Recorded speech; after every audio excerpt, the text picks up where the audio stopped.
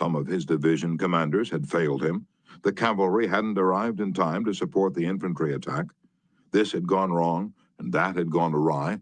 But Lee was far too noble to blame others. As Pickett's beaten and bloody troops struggled back to the Confederate lines, Robert E. Lee rode out to meet them all alone and greeted them with a self-condemnation that was little short of sublime. "All this has been my fault," he confessed. "I, and I alone, have lost this battle." Few generals in all history had had the courage and character to admit that.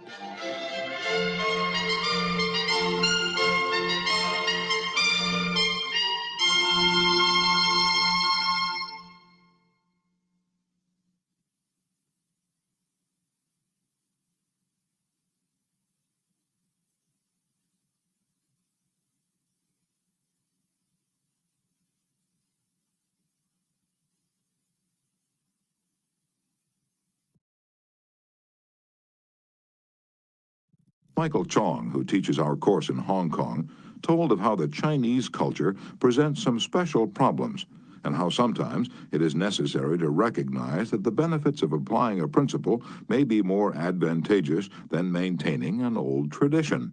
He had one middle-aged class member who had been estranged from his son for many years. The father had been an opium addict, but now was cured. In Chinese tradition, an older person cannot take the first step. The father felt that it was up to his son to take the initiative toward a reconciliation. In an early session, he told the class about the grandchildren he had never seen and how much he desired to be reunited with his son. His classmates, all Chinese, understood his conflict between his desire and long-established tradition. The father felt that young people should have respect for their elders and that he was right in not giving in to his desire, but to wait for his son to come to him. Toward the end of the course, the father again addressed the class. "I have pondered this problem," he said. "Dale Carnegie says if you are wrong, admit it quickly and emphatically. It is too late for me to admit it quickly, but I can admit it emphatically. I wronged my son. He was right in not wanting to see me and to expel me from his life. I may lose face by asking a younger person's forgiveness, but I was at fault, and it is my responsibility to admit this." The class applauded and gave him their full support. At the next class, he told how he went to his son's house, asked for and received forgiveness, and was now embarked on a new relationship with his son, his daughter-in-law, and the grandchildren he had met at last. Elbert Hubbard was one of the most original authors who ever stirred up a nation. His stinging sentences often aroused fierce resentment. But Hubbard, with his rare skill for handling people, frequently turned his enemies into friends.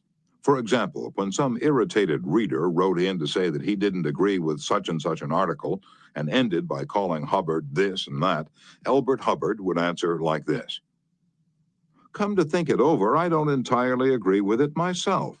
Not everything I wrote yesterday appeals to me today. I am glad to learn what you think on the subject.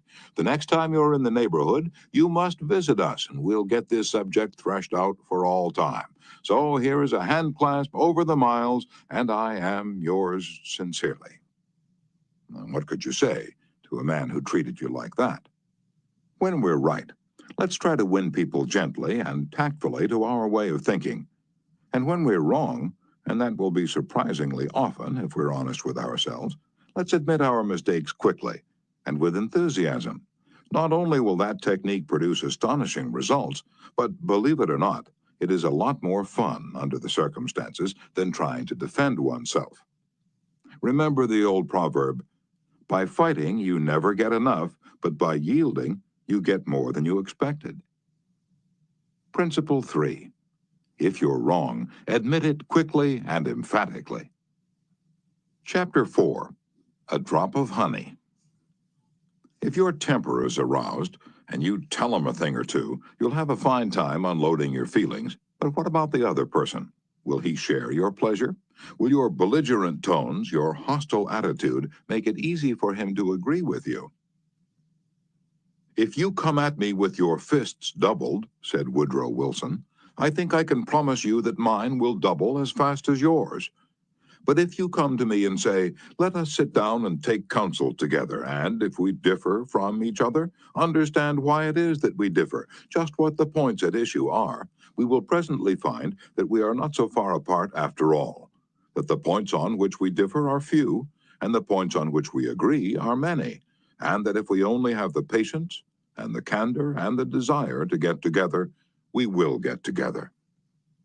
Nobody appreciated the truth of Woodrow Wilson's statement more than John D. Rockefeller, Jr. Back in 1915, Rockefeller was the most fiercely despised man in Colorado. One of the bloodiest strikes in the history of American industry had been shocking the state for 2 terrible years. Irate, belligerent miners were demanding higher wages from the Colorado Fuel and Iron Company. Rockefeller controlled that company. Property had been destroyed, troops had been called out, blood had been shed. Strikers had been shot, their bodies riddled with bullets. At a time like that, with the air seething with hatred, Rockefeller wanted to win the strikers to his way of thinking. And he did it. How? Here's the story. After weeks spent in making friends, Rockefeller addressed the representatives of the strikers. This speech, in its entirety, is a masterpiece. It produced astonishing results. It calmed the tempestuous waves of hate that threatened to engulf Rockefeller. It won him a host of admirers. It presented facts in such a friendly manner that the strikers went back to work without saying another word about the increase in wages for which they had fought so violently. The opening of that remarkable speech follows. Note how it fairly glows with friendliness. Rockefeller, remember, was talking to men who, a few days previously, had wanted to hang him by the neck to a sour apple tree. Yet he couldn't have been more gracious, more friendly if he had addressed a group of medical missionaries. His speech was radiant with such phrases as, "I am proud to be here, having visited in your homes, met many of your wives and children. We meet here not as strangers, but as friends. Spirit of mutual friendship, our common interests. It is only by your courtesy that I am here." "This is a red-letter day in my life," Rockefeller began. "It is the first time I have ever had the good fortune to meet the representatives of the employees of this great company, its officers and superintendents together, and I can assure you that I am proud to be here, and that I shall remember this gathering as long as I live. Had this meeting been held 2 weeks ago, I should have stood here a stranger to most of you, recognizing a few faces. Having had the opportunity last week of visiting all the camps in the southern coal field and of talking individually with practically all of the representatives except those who were away, having visited in your homes, met many of your wives and children, we meet here not as strangers, but as friends. And it is in that spirit of mutual friendship that I am glad to have this opportunity to discuss with you our common interests. Since this is a meeting of the officers of the company and the representatives of the employees, it is only by your courtesy that I am here, for I am not so fortunate as to be either one or the other. And yet I feel that I am intimately associated with you men, for in a sense I represent both the stockholders and the directors." Isn't that a superb example of the fine art of making friends out of enemies?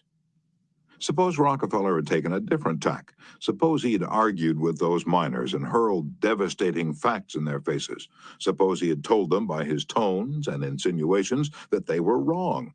Suppose that by all the rules of logic he had proved that they were wrong. What would have happened? More anger would have been stirred up, more hatred, more revolt.